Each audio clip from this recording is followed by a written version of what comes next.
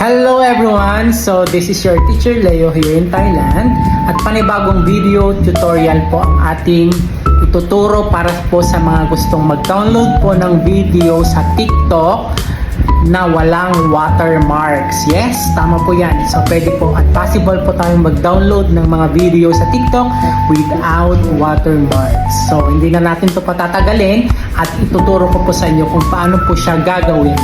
So, panoorin niyo po hanggang huli itong video para matuto po tayo.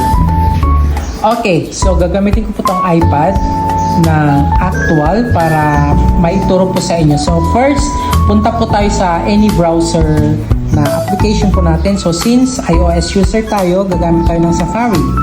Okay? So, dito po, itatype po natin, punta po tayo sa my Google. Okay? So, i-type po natin ang Snap, S-N-A-P-I-K.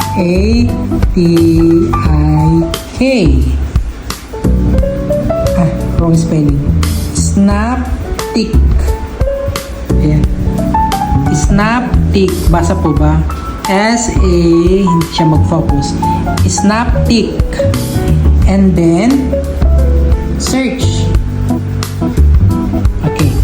Then, pag na-search na po, click lang po natin ito. Snaptik. And then, X lang po natin yung advertisement. Pag nandito na po tayo, punta po ngayon tayo sa my TikTok. Okay. So, ito po yung TikTok account ko po, di ba? For example, gusto po natin kunin, pili po tayo.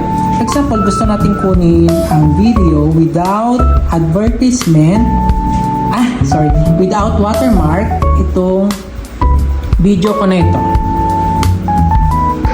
Okay. Hello everyone! For today's ang gagawin natin ay pindutin natin yung tatlong dot sa baba and hanapin natin yung copy link. Okay? Sundan po ba? After, makikita natin link, copy, then balik po tayo ngayon sa my browser. Okay? So, dito po yung sinerch po natin kanina.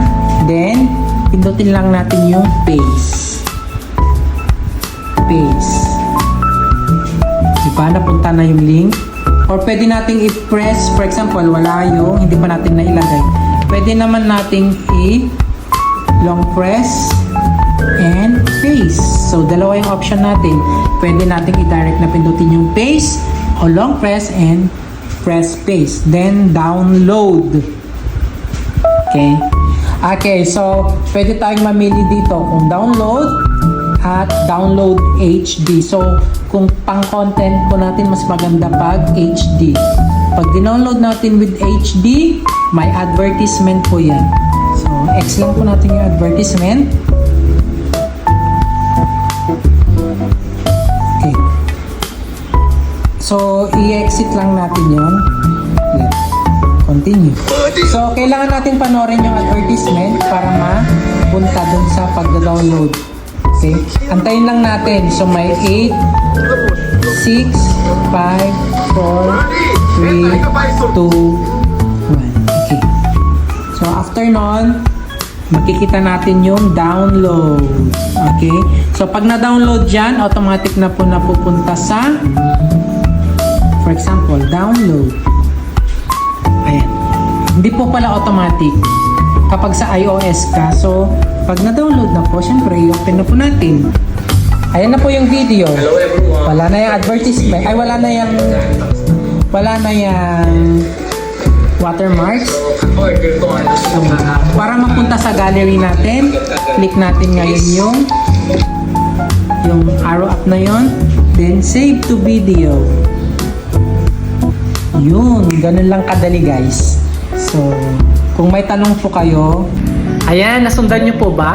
Kung may tanong po kayo, mag-comment down po kayo sa baba at pwede rin po tayong magbigay ng more information kung may hindi po maliwanag.